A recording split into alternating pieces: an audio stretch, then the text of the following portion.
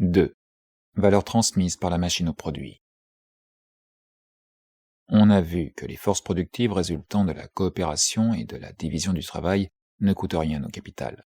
Ce sont les forces naturelles du travail social.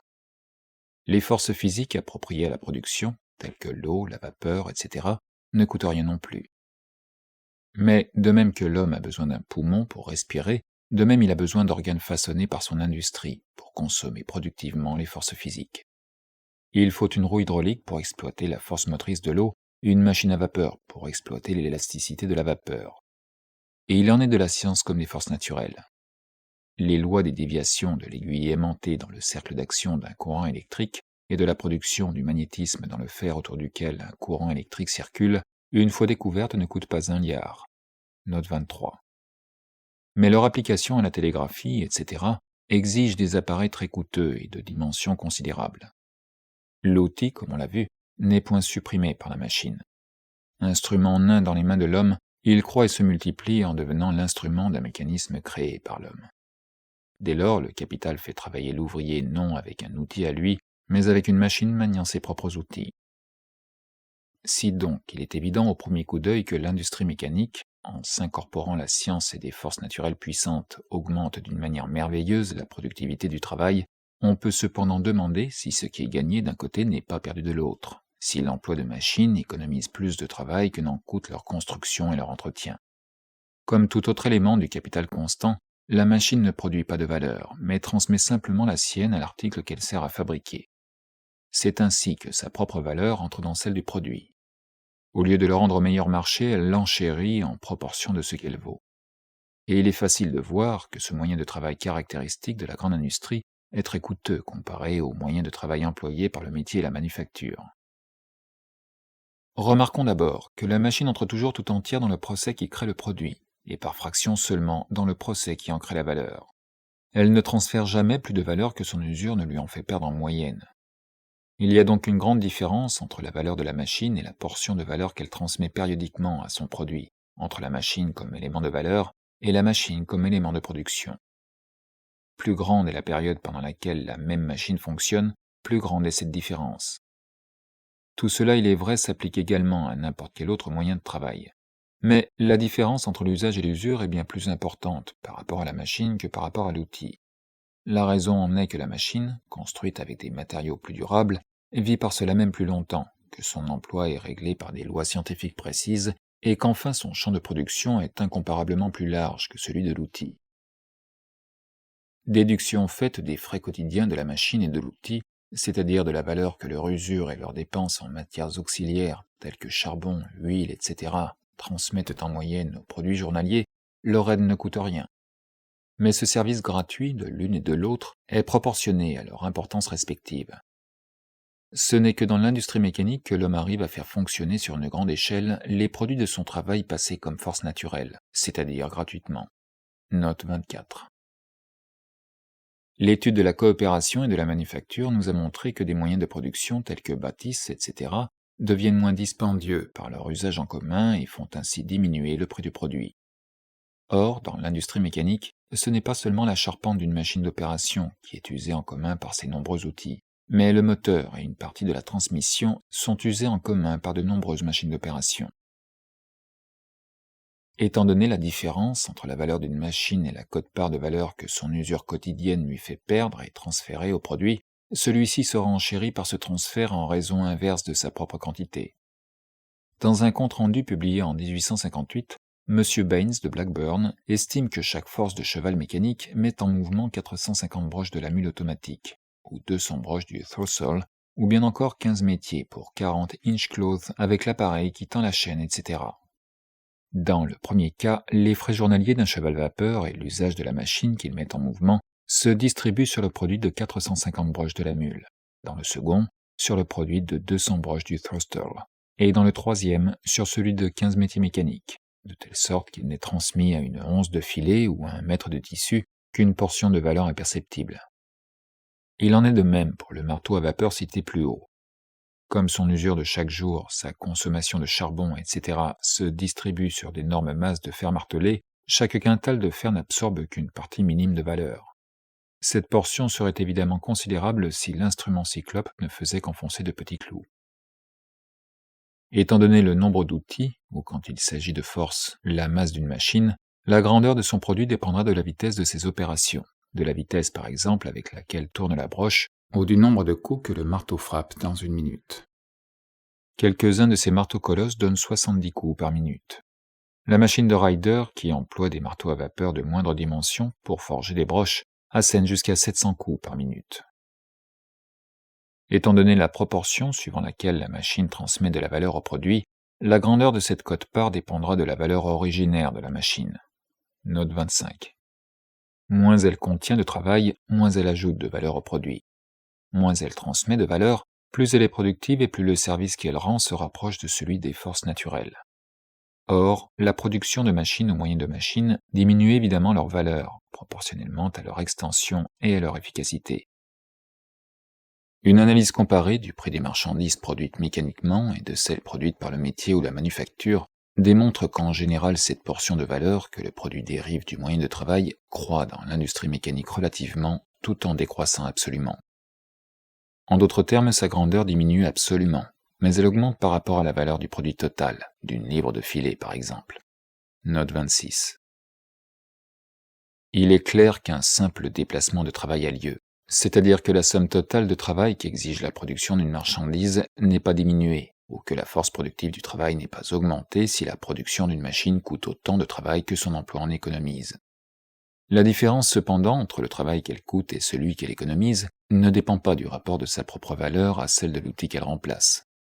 Cette différence se maintient tant que le travail réalisé dans la machine et la portion de valeur qu'elle ajoute par conséquent au produit restent inférieures à la valeur que l'ouvrier, avec son outil, ajouterait à l'objet de travail. La productivité de la machine a donc pour mesure la proportion suivant laquelle elle remplace l'homme. D'après M. Baines, il y a 2 ouvriers et demi par 450 broches, y compris l'attirail mécanique, le tout mu par un cheval vapeur. Note 27. Et chaque broche de la mule automatique fournit dans une journée de 10 heures 13 onces de filet, entre parenthèses, numéro moyen, de sorte que 2 ouvriers et demi fournissent par semaine 365 livres 5/8 de filet. Dans leur transformation en filet, 366 livres de coton, pour plus de simplicité nous ne parlons pas du déchet, n'absorbent donc que 150 heures de travail ou 15 journées de 10 heures. Avec le rouet, au contraire, si le fileur livre en 60 heures 13 onces de filet, la même quantité de coton absorberait 2700 journées de 10 heures, ou 27 000 heures de travail. Note 28.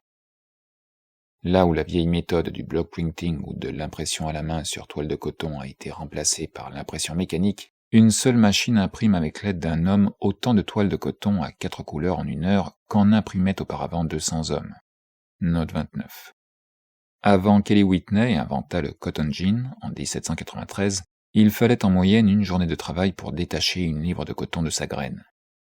Grâce à cette découverte, une négresse peut en détacher 100 livres par jour, et l'efficacité du gin a été depuis considérablement accrue. On emploie dans l'Inde pour la même opération un instrument moitié machine, la shurka, avec lequel un homme et une femme nettoient 28 livres de coton par jour. Le Dr Forbes a, depuis quelques années, inventé une shurka qui permet à un homme et à une femme d'en nettoyer 750 livres par jour. Si l'on emploie des bœufs, l'eau ou la vapeur comme force motrice, il suffit de quelques jeunes garçons ou jeunes filles pour alimenter la machine. 16 machines de ce genre, mues par des bœufs, exécutent chaque jour un ouvrage qui exigeait auparavant une journée moyenne de 750 hommes. Note 30.